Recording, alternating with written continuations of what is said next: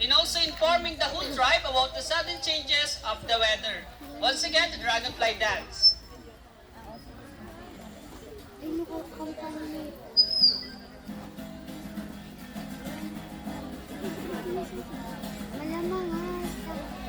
They are Aitas,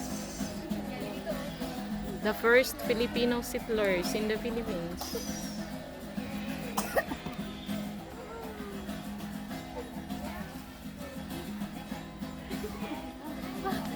Are great hunters in the wild, and no other animal can match the skills of monkeys in terms of hunting and foraging.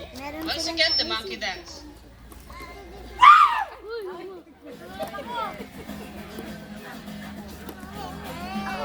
Natakot ako.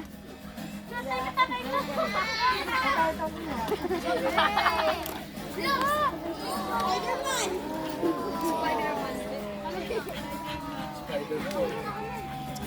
Ang galing naman Ay, taman. ng kill.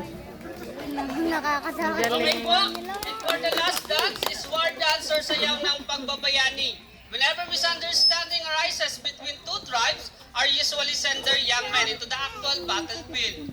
But before that, first perform this dance to ask guidance from our God called Apo Namalyari to lead them in the victorious fight or somehow resolve the problem in a peaceful manner. Once again, the war dance.